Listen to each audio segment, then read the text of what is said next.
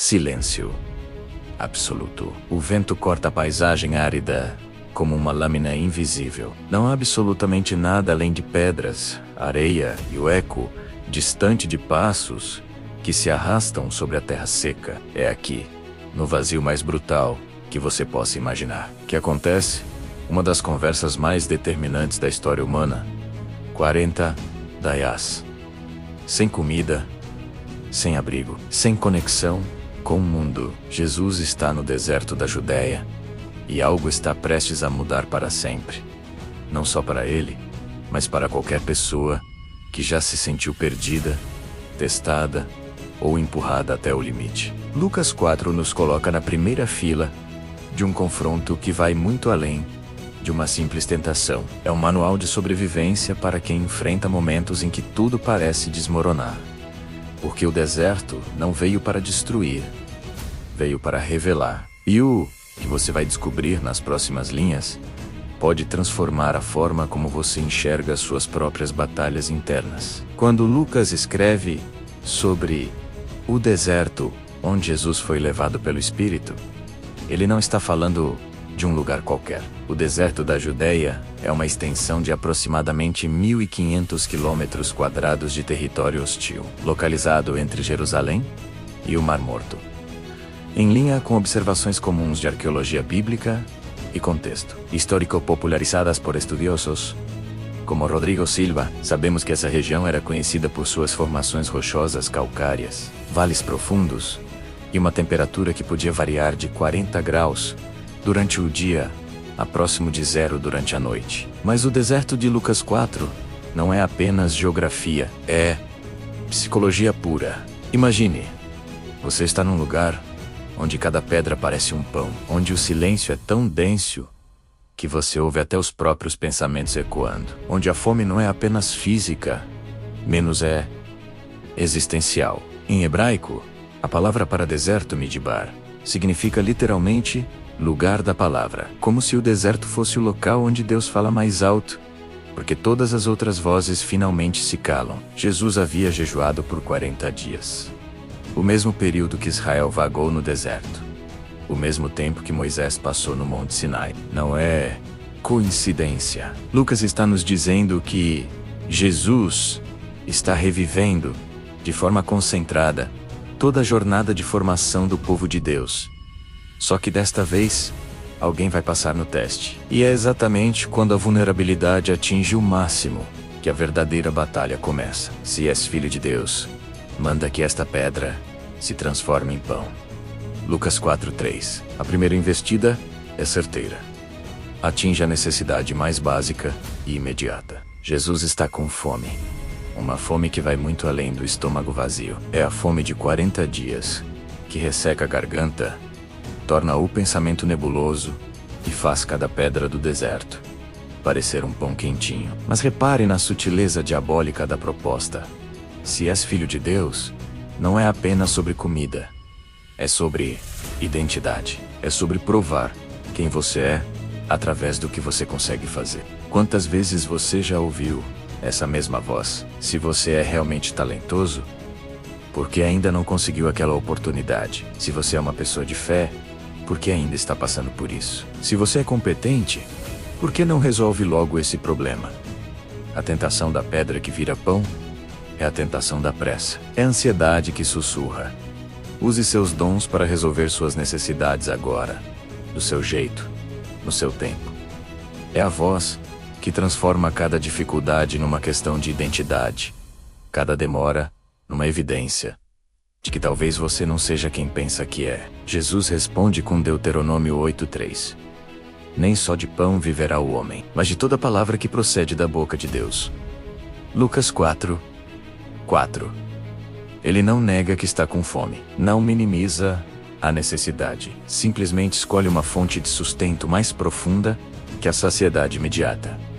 Mas isso foi só o aquecimento. A próxima tentação vai direto ao centro do poder. O diabo, então, leva Jesus a um lugar alto, e num instante, lhe mostra todos os reinos do mundo. Eu te darei a autoridade completa e a glória destes reinos, porque ela me foi entregue, e eu a dou a quem eu quiser. Portanto, se me adorares, toda será tua. Lucas 4, 6, -7. Esta é, talvez, a tentação mais sedutora de todas. Não é sobre necessidade básica. Menos é sobre influência, relevância, capacidade de mudança. O diabo está oferecendo um atalho para o que Jesus veio fazer, transformar o mundo. Por que passar por toda aquela dor, rejeição e cruz? Você pode ter tudo isso agora, sem sofrimento. A arqueologia nos mostra que, no primeiro século, o conceito de autoridade estava intrinsecamente ligado ao sistema religioso, político e social romano. Ter autoridade significava poder determinar destinos, influenciar culturas, deixar um legado duradouro. Era o sonho de qualquer líder da época, menos, e continua sendo hoje. Repare que o diabo não está oferecendo algo malévolo na superfície. Ele está oferecendo eficiência, resultados rápidos, impacto global instantâneo. Adore-me e você pode pular toda a parte difícil do crescimento. É a tentação do atalho, do networking que compromete valores, do sucesso que cobra a alma como preço, da fama que vem com rótulos que você nunca escolheria. É aceitar que os fins justificam os meios, desde que os fins sejam nobres. Quantas vezes você já se viu diante desta escolha? Aceitar aquela proposta que vai contra seus valores, mas que vai resolver todos os seus problemas financeiros? Concordar com aquela opinião popular que você sabe que está errada, mas que vai te dar aceitação no grupo? Usar aquela tática questionável que todo mundo usa, porque funciona? Jesus responde novamente com Deuteronômio: ao Senhor teu Deus adorarás, e só a Ele darás culto. Lucas 4:8. Ele recusa o atalho, não porque não quer autoridade, mas porque sabe que a autoridade verdadeira não se compra, menos se constrói. Caráter não se negocia, mas ainda há uma última cartada, e esta é a mais perigosa de todas. O diabo leva Jesus ao pináculo do templo, em Jerusalém, menos provavelmente aqui na Sudeste, que ficava a mais de 130 metros de altura. E então faz algo genial. Ele usa as próprias escrituras contra Jesus. Se és filho de Deus, loncate daqui abaixo, porque está escrito: aos seus anjos ordenará a teu respeito que te guardem, e eles te susterão nas suas mãos, para não tropeçares em alguma pedra. Lucas 4, 9-11. Esta é a tentação mais sofisticada. Não apela para necessidade física, nem ambição política. Apela para a espiritualidade performática. Prove sua fé fazendo algo espetacular. Dê um show de poder espiritual. Se Deus é realmente seu Pai, Ele vai te proteger. Não é? É a tentação de transformar fé em performance, de usar a espiritualidade como ferramenta de impressionamento. É a pressão de provar que sua conexão com Deus é real, através de demonstrações públicas e dramáticas. No contexto histórico do primeiro século, o templo era o centro da vida religiosa judaica. Qualquer milagre ali teria máxima visibilidade e credibilidade instantânea. Era o lugar perfeito para um evento viral da época. Mas Jesus vê através da armadilha. Ele responde: dito está, não tentarás o Senhor, teu Deus. Lucas 4:12. Em outras palavras, fé verdadeira não precisa de comprovação pública. Relacionamento real com Deus não é um show para a plateia. É a recusa da espiritualidade de palco, do cristianismo de rede social, da fé que precisa de likes para se sentir validada. Jesus está dizendo que a presunção espiritual, menos assumir que Deus deve agir de acordo com nossas expectativas, é tão perigosa quanto qualquer outra tentação. Mas por que essas respostas foram tão eficazes? O que há de especial na estratégia de Jesus? Todas as 3 respostas de Jesus vêm do livro de Deuteronômio, especificamente dos capítulos 6 a 8, onde Moisés está preparando Israel para entrar na Terra Prometida.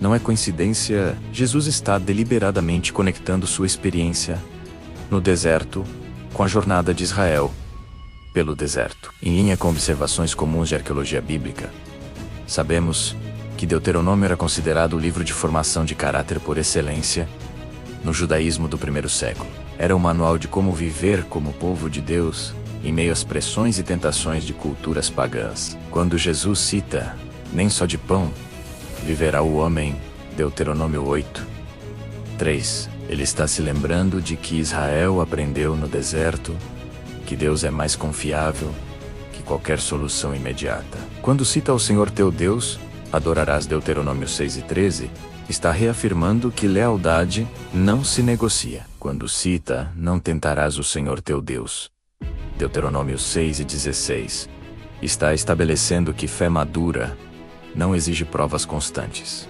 Jesus não estava improvisando respostas. Ele estava aplicando princípios que já havia internalizado muito antes de chegar ao deserto. A palavra de Deus não era apenas conhecimento bíblico. Era sistema operacional. Era estrutura de pensamento que definia como ele processava a pressão, tomava decisões e mantinha perspectiva. É por isso que suas respostas foram tão certeiras e imediatas. Não foi força de vontade, foi clareza de identidade baseada em verdade já assimilada. E isso nos leva ao ponto mais desconfortável.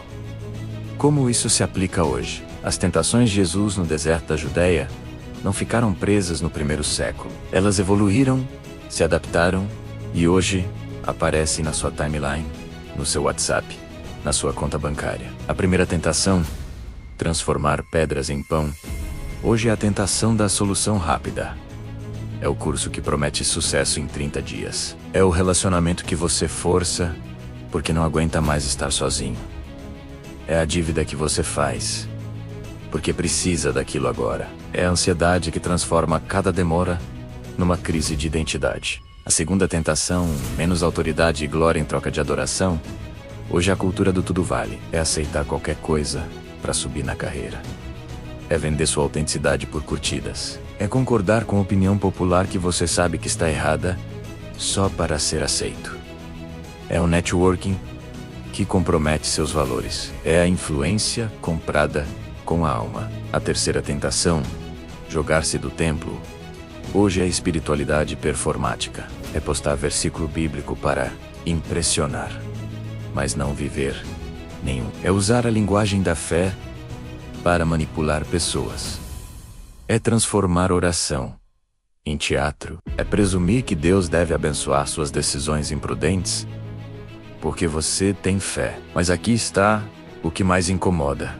Nós frequentemente celebramos pessoas que cedem a essas tentações. Admiramos quem consegue atalhos. Seguimos influenciadores que vendem soluções mágicas. Invejamos quem parece ter sucesso sem esforço. Jesus poderia ter transformado pedras em pão e seria chamado de empreendedor inovador. Poderia ter aceitado a autoridade mundial e seria chamado de líder visionário. Poderia ter saltado do templo e seria chamado de influenciador viral. Em vez disso, escolheu o caminho longo, o caminho da formação de caráter, o caminho que constrói algo duradouro, em vez de algo instantâneo. Depois de 40 dias, Lucas nos diz que o diabo se ausentou dele até momento oportuno.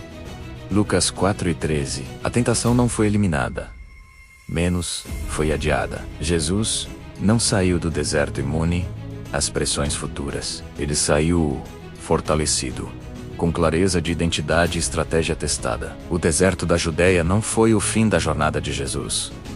Foi onde ele decidiu quem seria. E o seu deserto, seja ele financeiro, relacional, profissional ou espiritual, também não é o fim da sua história. É onde você decide quem vira. Porque todo mundo passa pelo deserto. A diferença está em como você sai dele.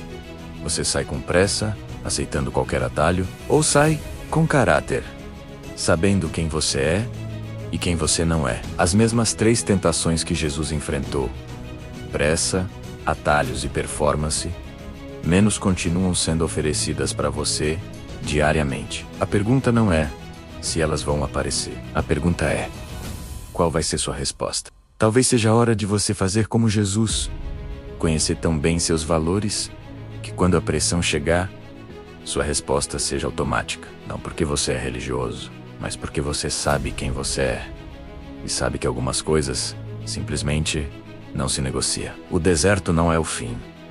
É onde você decide quem vira. E você? Como tem respondido às tentações do seu deserto? Deixe nos comentários qual das 3 tentações mais te desafia hoje.